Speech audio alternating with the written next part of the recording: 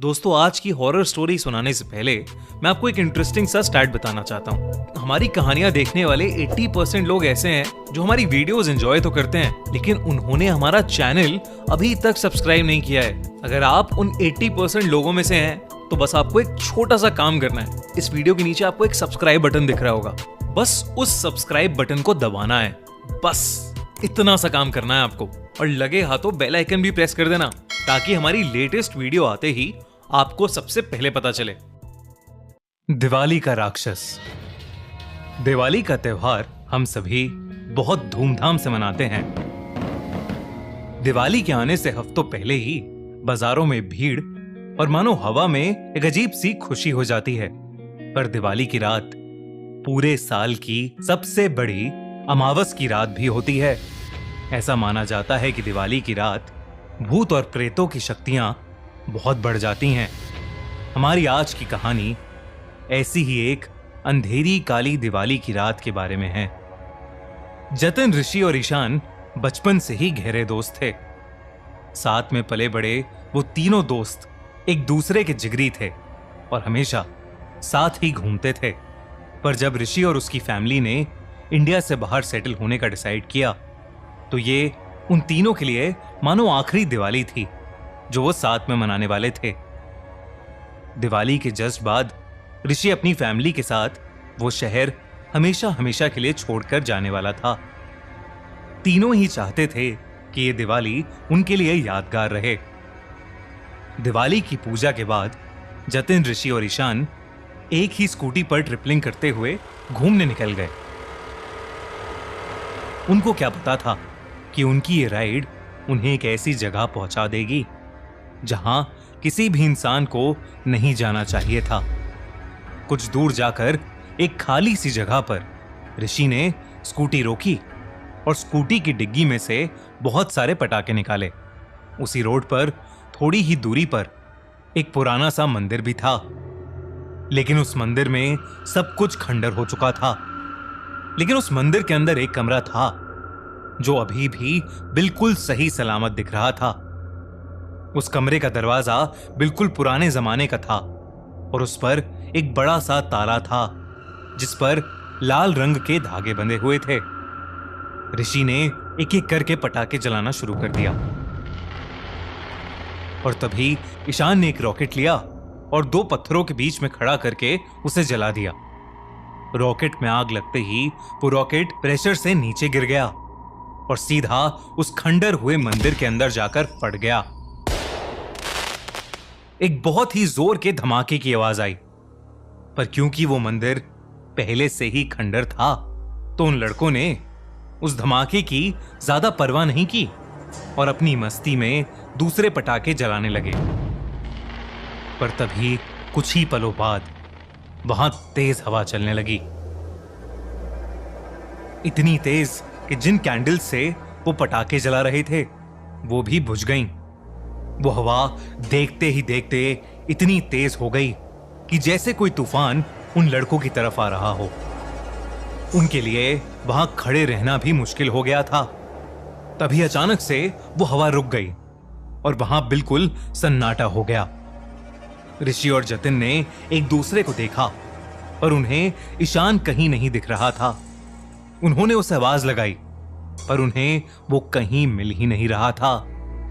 तभी उन्हें ईशान के दर्द से कराहने की आवाज आई।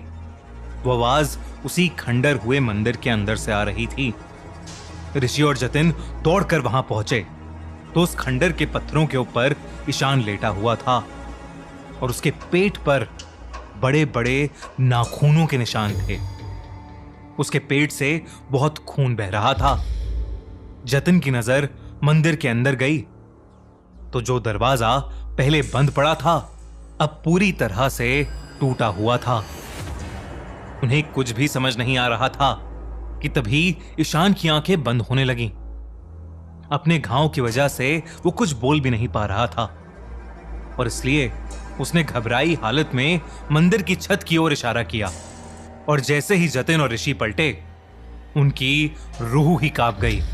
मंदिर की छत पर एक दानव जैसा दिखने वाला भयानक जीव चिपका हुआ था। उसका पूरा शरीर जली हुई चमड़ी जैसा था और उसकी आंखें एकदम सफेद थीं।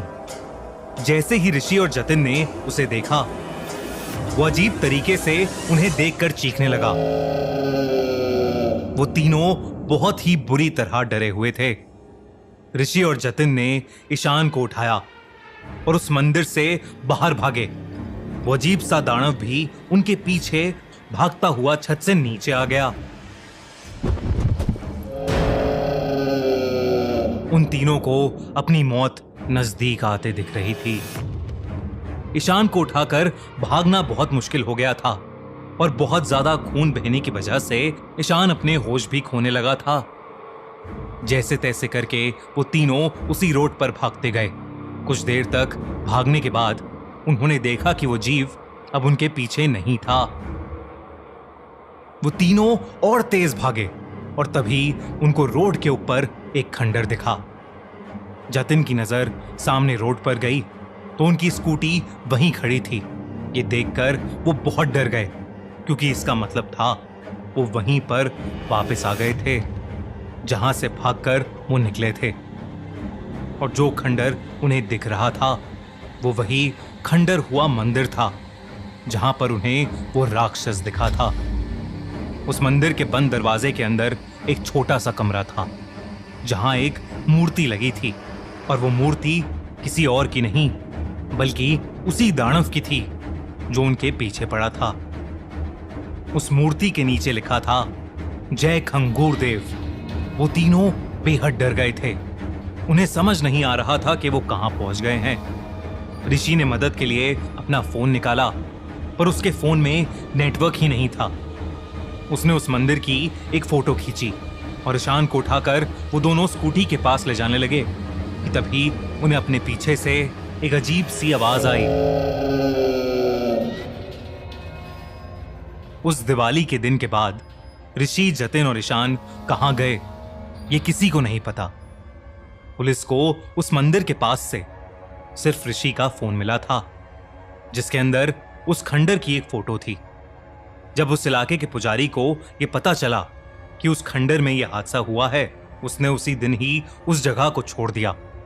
उस पुजारी ने उस इलाके के बाकी लोगों को भी बताया कि करीबन 500 साल पहले खंगूर नाम का एक दानव धरती पर आ गया था। वो इंसानों को खाकर अपनी शक्ति बढ़ाता था। सब उससे डरते थे, इसलिए उसे खुश रखने के लिए उसका एक मंदिर बनाया गया था जहां वो उसे हर महीने एक इंसान की बलि चढ़ाया करते थे। कहा जाता है कि कई ऋषियों ने मिलकर खंगूर को उसी मंदिर में एक कमरे में कैद कर लिया था, पर अब दिवाली के उस पटाखे की वजह से वो दरवाजा खुल चुका था और खंगूर अब आजाद हो गया था। आज भी उस शहर से रात में इंसानों के गायब होने की खबर आती रहती है। ना तो उनकी कोई लाश मिलती है और ना ही कोई सबूत। पुराने रहने वाले सभी लोगों ने वो इलाका छोड़ दिया है, पर वो राक्षस खंगूर शायद आज भी वहीं उस इलाके में अपनी सालों की भूख मिटाता रहता है।